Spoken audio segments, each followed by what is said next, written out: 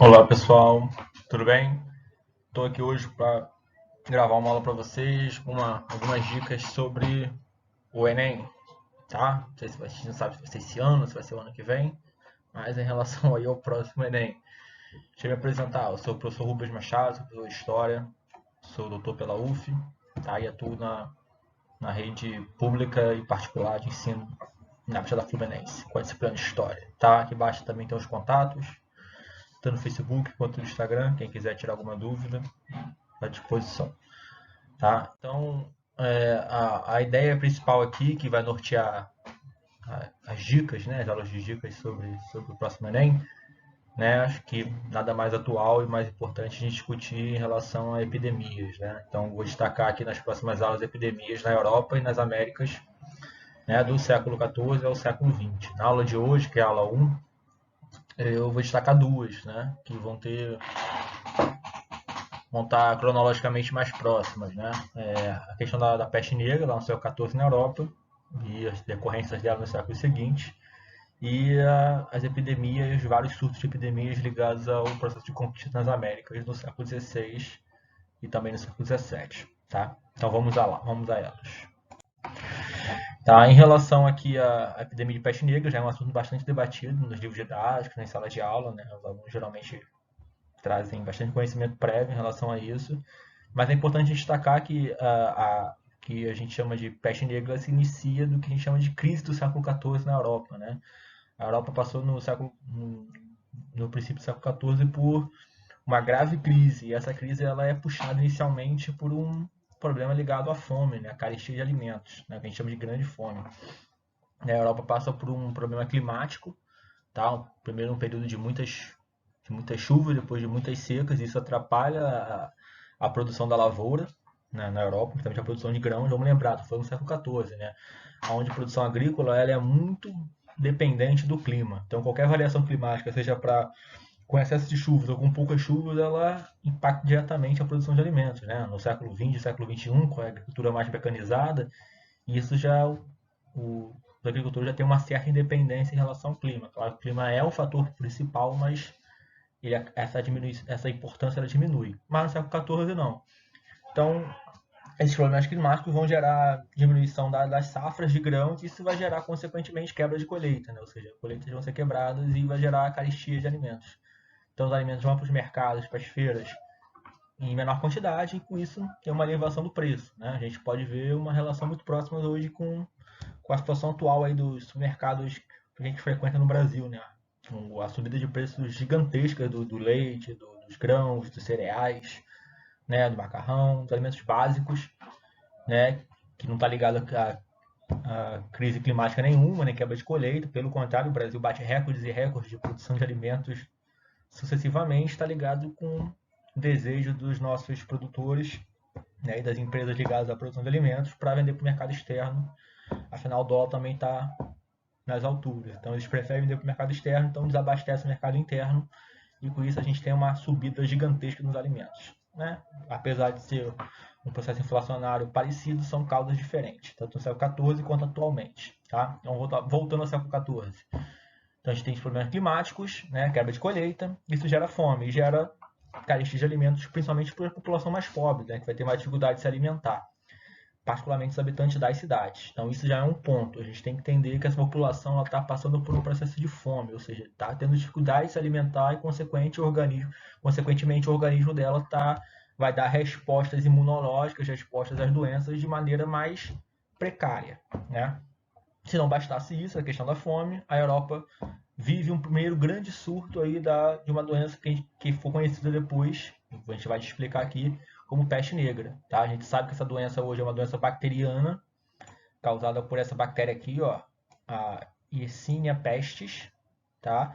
E essa bactéria ela é transmitida através da pulga que habita nos roedores, ratos e esquilos. Tá? Sabe também que essa doença veio da Ásia, né? Através das rotas comerciais que os europeus tinham com a Ásia desde o século XII, no século XIII, né? As rotas que fazem os especialistas que a gente conhece.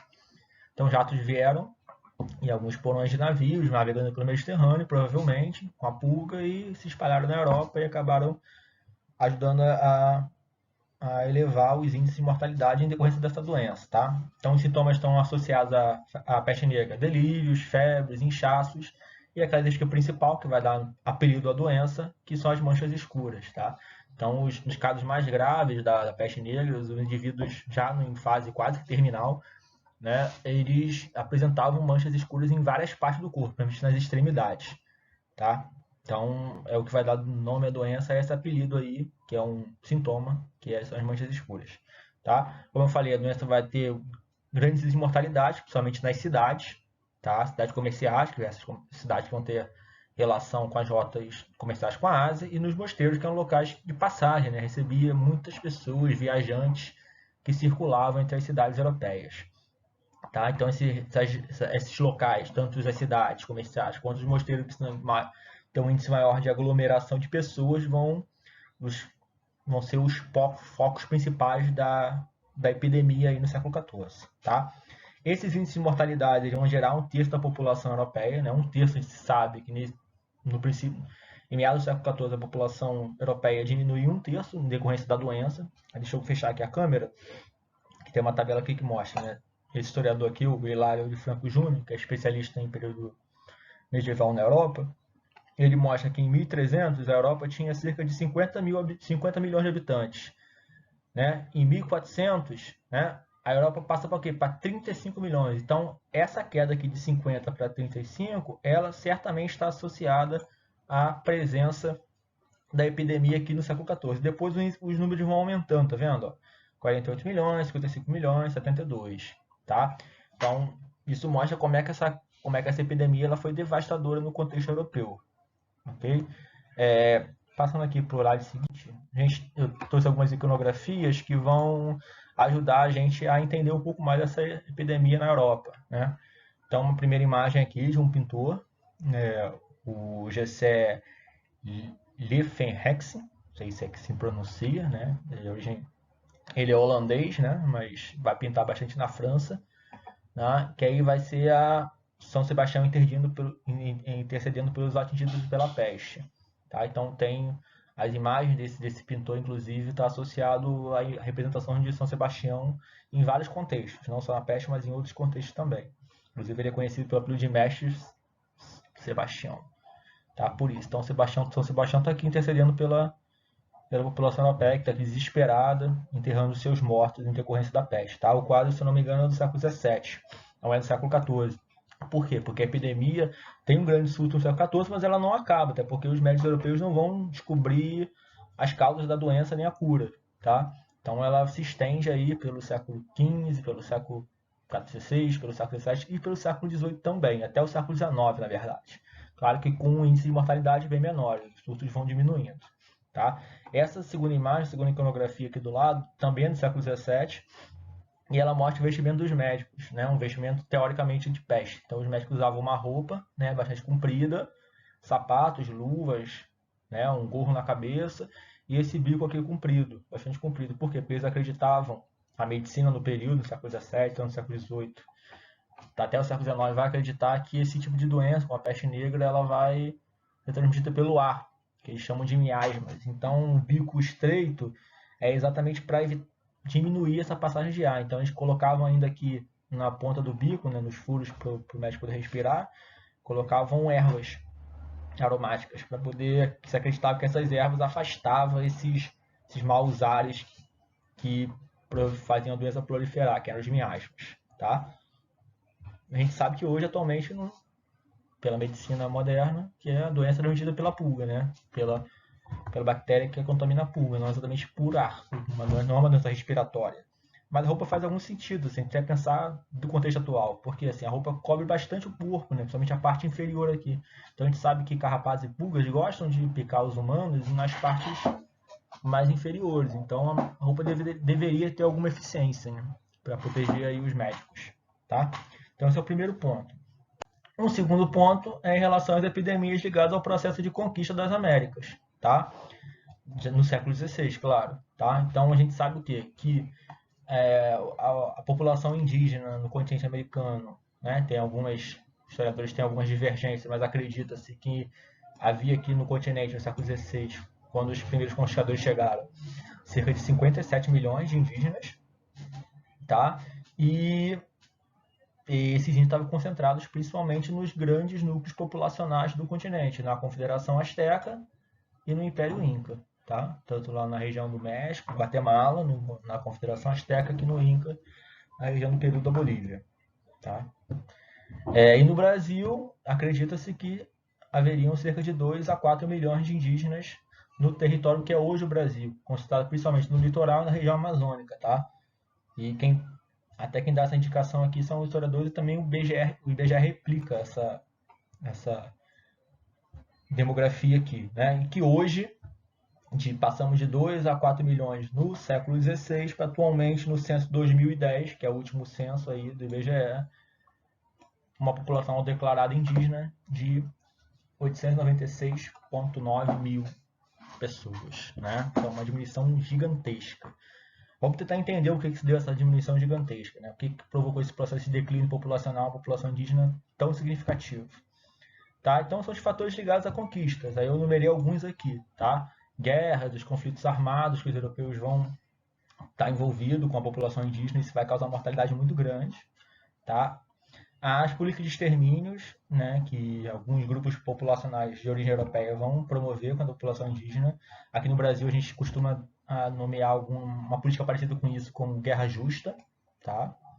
É um conceito bastante debatido na historiografia. A questão da escravização, tá? Houve sim escravização indígena, tanto na América Espanhola como na América Portuguesa, tá? Na América Espanhola a gente até conhece mais, né? Tem lá as nomenclaturas que os europeus vão criar, mita, comienda, que vem da própria cultura indígena. Mas no Brasil também, a gente sabe que no século XVI, no século XVII havia escravização indígena em grande quantidade, e no século XVIII a gente encontra algumas fontes também, população indígena, também nas regiões mais do interior, sendo escravizadas ainda, tá? Mesmo que depois, no século XVIII, século XIX, a população de origem africana seja quantitativamente maior no processo de escravização. E o último fator aqui que eu deixei para o final de propósito, sobre a questão dos extermínios da população indígena, essa diminuição em massa, as doenças, que é a temática aqui da aula de hoje. Tá? Essas doenças elas vão estar bastante associadas a uma certa fragilidade imunológica que os indígenas tinham em relação aos europeus, né? Porque os europeus chegam, através do processo de conquista, vão chegar nas caravelas e vão trazer uma série de doenças. A gente sabe, hoje em dia, que está bastante claro, isso é notório, né, de que a circulação de pessoas faz as doenças circularem junto com esse movimento populacional, né? Então os europeus chegam nas Américas trazendo uma série de doenças que aqui não existiam, né? E que por aqui não existir, pelo fato dessas doenças não existirem nas Américas, o organismo, o sistema imunológico dos indígenas, eles não tinham praticamente nenhuma defesa já prévia contra essas doenças, né? Então, se o organismo recebe uma doença que não tem uma resistência maior, que não tem um histórico de imunológico em relação a essa doença, as consequências podem ser graves, tá? Que doenças eram essas? Gripe, a varíola, que a gente vai falar nas próximas aulas, que é uma doença que tem uma história ligada à história da medicina muito interessante de ser estudada, muito particular. Febre amarela, que é uma doença que atualmente ainda está aí em voga no Brasil, a tifo, o sarampo, a cachumba. Sarampo e cachumba tem vacina, mas ainda persistem. E a peste bubônica, que foi o que a gente falou no slide passado, que é apelidada no século XIV de peste negra, que é a mesma doença, tá? Esse aqui é um nome mais formal. Peste negra é o apelido que a doença recebe lá pelos sintomas, como a gente falou, né? Então essas doenças vão atacar principalmente a população indígena, tá? E os historiadores vão mostrar que dessa população de 57 milhões, já no final do século XVI, de 80% a 90% havia desaparecido, ou seja, havia passado por um processo intenso de mortalidade, tá? E que uma das principais causas, talvez a principal causa para levar esse altíssimo índice de mortalidade da população indígena foi exatamente esse contato biológico, né, por vírus e bactérias, né, que os europeus trouxeram nos seus organismos com o processo de conquista, tá? Então, a gente não está diminuindo aqui a importância das guerras, dos conflitos. Claro que isso foi muito importante, mas essa questão imunológica, esse contato imunológico entre uma população que não tinha tanta proteção assim no seu organismo contra essas doenças trazidas da Europa, ela foi fundamental para a gente atingir um índice tão significativo de mortalidade, tá? Então, isso também ajuda a explicar essa diminuição aqui no Brasil atual, não é o único fator, claro, mas ajuda a explicar de uma população indígena tão diminuta, tá? Então, eu destaquei nessas duas aulas, só para a gente retomar aqui alguns pontos. Dois processos em continentes diferentes de como doenças, como epidemias, surtos epidêmicos, foram importantes para a definição da história social desses continentes, né? Na Europa, lá no caso da peste negra, que vai permanecer até o século XIX, né? Como uma doença significativa, não com a mesma proporção que teve no século XIV, mas com outros surtos.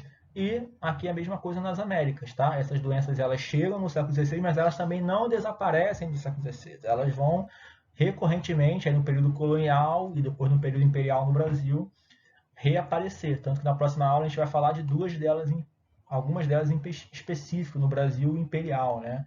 Vamos falar da febre amarela, vamos falar da varíola, vamos falar também da cólera, que não apareceu aqui, tá?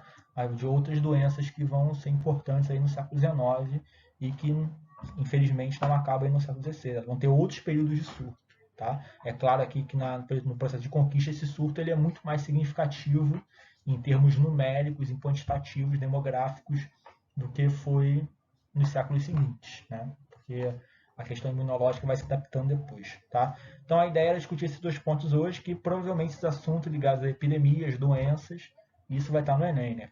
Pela situação atual que o mundo vem vivendo. Tá? Acho que é uma dica importante aí.